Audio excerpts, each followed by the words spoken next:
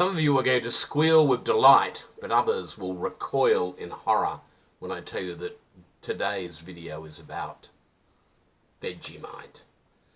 Yes, Vegemite, that ambrosia from Australia that is increasingly available around the world and yet is loved and loathed in equal measure. I'm going to tell you a little bit about the history of Vegemite in this video, but I'm also going to demonstrate how I would prepare Vegemite on toast. Now, there are two distinct ways to do that.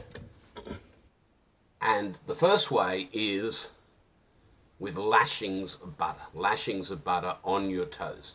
Now, your toast can't be too hot when you do this, or you're going to have a lot of the butter melt into the toast. Now, some people will like that, but I mean, there are limits to everything. So how much butter did I put on my Vegemite? Well, you be the judge. Is that too much? Not enough? Just about right for a piece of toast with Vegemite. And due to constraints of filming, this has gone a little bit limp, I'm sorry to say that. Not for the first time. And the other way is to scrape it on. Yes, scrape it on. Listen to this. No butter, just Vegemite on toast, like it says on the box. Well, there's no box, but you know what I mean. So, how do you like it? Or don't you like it at all? Well, anyhow, I did promise some history before we go. So, here's the history in a nutshell. It says reorganizing things. This bit will probably be cut out. Just doing some research on the fly. Everything is perfectly under control here, I assure you. Vegemite was developed in 1922, allegedly as a reaction to an absence of Marmite in the Australian market after World War I. And a guy who was called Cyril Callister in Melbourne is credited with inventing Vegemite, which is a yeast extract. So it's from the bits that are left over from brewing. So I don't know, maybe that beer connection is why it's so Australian. I do not know. There was a prize to name the new product, and Vegemite won the prize. But for about 5 years, from the late 20s to mid-30s, it was actually known as Parwill. Parwill to play on the connection to Marmite. Marmite, but Parwill. Clever, huh?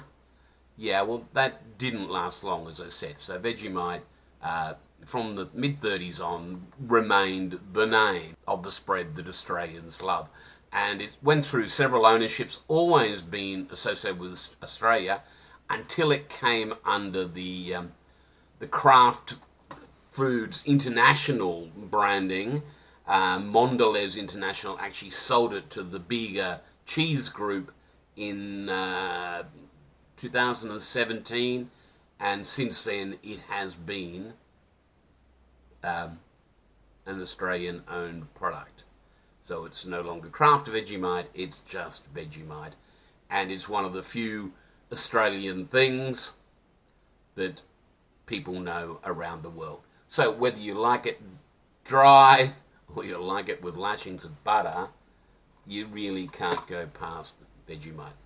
I like it with the butter, by the way.